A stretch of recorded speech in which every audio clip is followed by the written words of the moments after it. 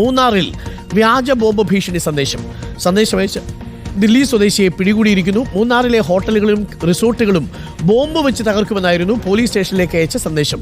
ദില്ലി പട്ടയനഗർ സ്വദേശി എസ് നിതിൻ ശർമ്മയാണ് പിടിയിലായത്. ഇയാളുടെ പേരിൽ 4 വ്യാജ ബോംബ് ഭീഷണി കേസുണ്ട്. രാഹുൽ സുരേഷുണ്ട് കൂടുതൽ വിവരങ്ങളുമായി.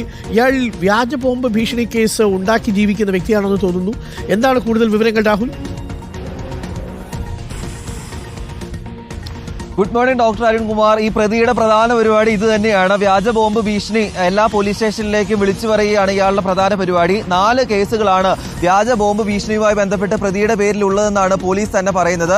ഏപ്രിൽ 30 ആയിരുന്നു മൂന്നാർ പോലീസ് സ്റ്റേഷനിലേക്ക് ഇമെയിൽ മുഖേന വ്യാജ ബോംബ് ഭീഷണി ഇയാൾ അയക്കുന്നത്. അതായത് അടുത്ത 24 മണിക്കൂറിനുള്ളിൽ മൂന്നാറിലെ എല്ലാ റിസോർട്ടുകളും ഹോട്ടലുകളും ബോംബ് വെച്ച് തകർക്കുമെന്ന് ഈ ഭീഷണിയിൽ പറയുന്നുണ്ടായിരുന്നു. അന്ന് പ്രാഥമികമായി അന്വേഷണം നടത്തിയെങ്കിലും കാര്യമായി ഒന്നും കണ്ടെത്താൻ കഴിഞ്ഞില്ല. പക്ഷേ ഈ പോലീസിന് ഇതിൽ ഗുരുതര സ്വഭാവം ഉള്ളതായി തോന്നുകയും പിന്നീട് വിശദമായുള്ള അന്വേഷണം നടത്തുകയും ചെയ്തു. ഈ അന്വേഷണത്തിനൊടുവിലാണ് ഡൽഹി സ്വദേശിയെ പോലീസ് അറസ്റ്റ് ചെയ്തിട്ടുള്ളത്. ഡൽഹി പട്ടായനഗർ സ്വദേശിയായിട്ടുള്ള എസ് നിതിൻ ശർമ്മയാണ് സംഭവവുമായി ബന്ധപ്പെട്ട് പോലീസിന്റെ പിടിയിലായിട്ടുള്ളത്. നേരത്തെ സൂചിപ്പിച്ച പോലെ തന്നെ ഇയാളുടെ പേരിൽ 4 വ്യാജ ബോംബ് ഭീഷണികളുണ്ട്. ഹോട്ടൽ മാനേജ്മെന്റ് കോഴ്സ് കഴിഞ്ഞ ശേഷം മറ്റ് ജോലികളൊന്നുമില്ലാതെ പ്രതി കഴിയുകയായിരുന്നു. നേരത്തെ വ്യാജ ബോംബ് ഭീഷണിയുമായി ബന്ധപ്പെട്ട് പോലീസ് അറസ്റ്റ് ചെയ്യുകയും ജയിലിൽ കഴിയുകയും ചെയ്തിട്ടുണ്ടെന്നാണ് മൂന്നാർ പോലീസ് അറിയിക്കുന്നത്. Thank you Rahul. Hotel management ഒക്കെ കഴിഞ്ഞിട്ട് ഒരു ജോലിയും ഇല്ലാതെ കഴിയായിരുന്നു. ഒരു ജോലി ഉണ്ടായിരുന്നു.